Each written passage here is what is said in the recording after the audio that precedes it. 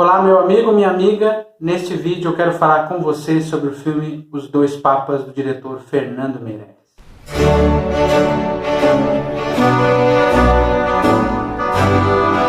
O filme Os Dois Papas, dirigido por Fernando Meirelles e publicado pela Netflix, tem suscitado muitas discussões sobre a figura de Bento XVI e a figura do Papa Francisco.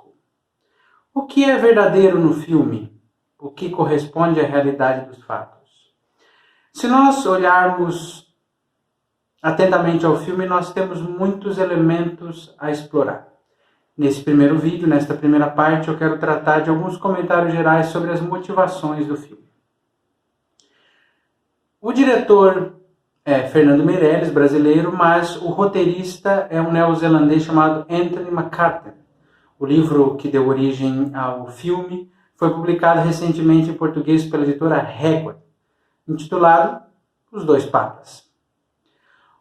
O roteirista disse que ele vem de uma família muito católica e que a renúncia do Papa Bento XVI em 2013 impactou muito a sua família. Eu li em algum lugar que a sua mãe teria ficado muito indignada com a renúncia de Bento XVI.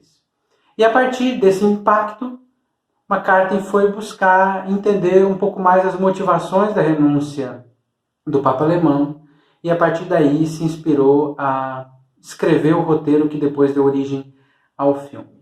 Numa das entrevistas que McCarten deu, ele disse claramente que ele queria fazer um filme em que duas posições opostas são colocadas em diálogo. Ele vê um mundo muito polarizado e colocar essas duas figuras, Bento XVI e Francisco, uma dialogando com a outra, seria, vamos dizer assim, um trabalho em favor do diálogo.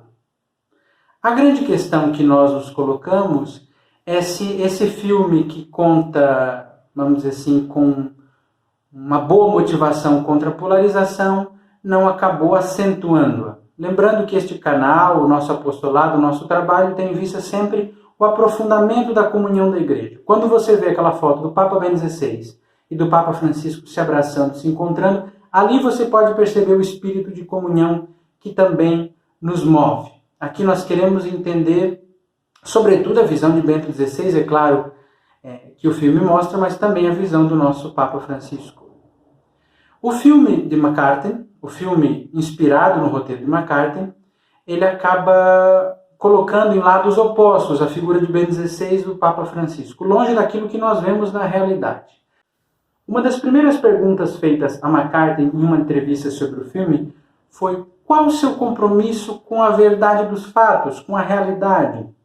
Ele deu uma resposta um pouco pela tangente e disse que essa é uma pergunta complexa, é uma situação complexa, porque no fim das contas só temos 3 encontros de Bento XVI e Francisco, quando Francisco já é Papa e Bento XVI já é emérito, e nada se sabe desses diálogos.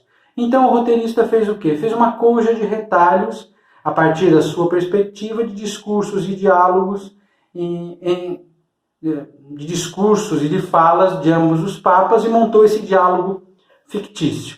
Então, o que nós vemos não é a posição do Papa Francisco nem a posição do Papa Bento XVI, mas, em primeiro lugar, o recorte feito pelo roteirista sobre as falas de ambos os papas, e depois isso foi trabalhado cinematograficamente por Fernando Meirelles.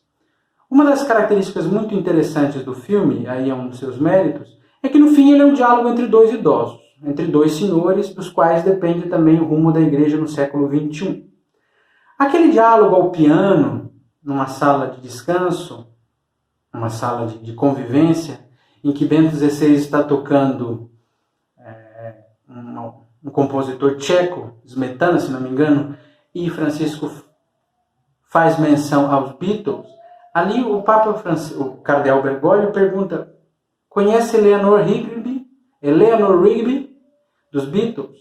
Essa música ela diz respeito ao tema do filme, porque Eleanor Rigby é uma música de 1966 dos Beatles, que trata da solidão de pessoas idosas, sobretudo.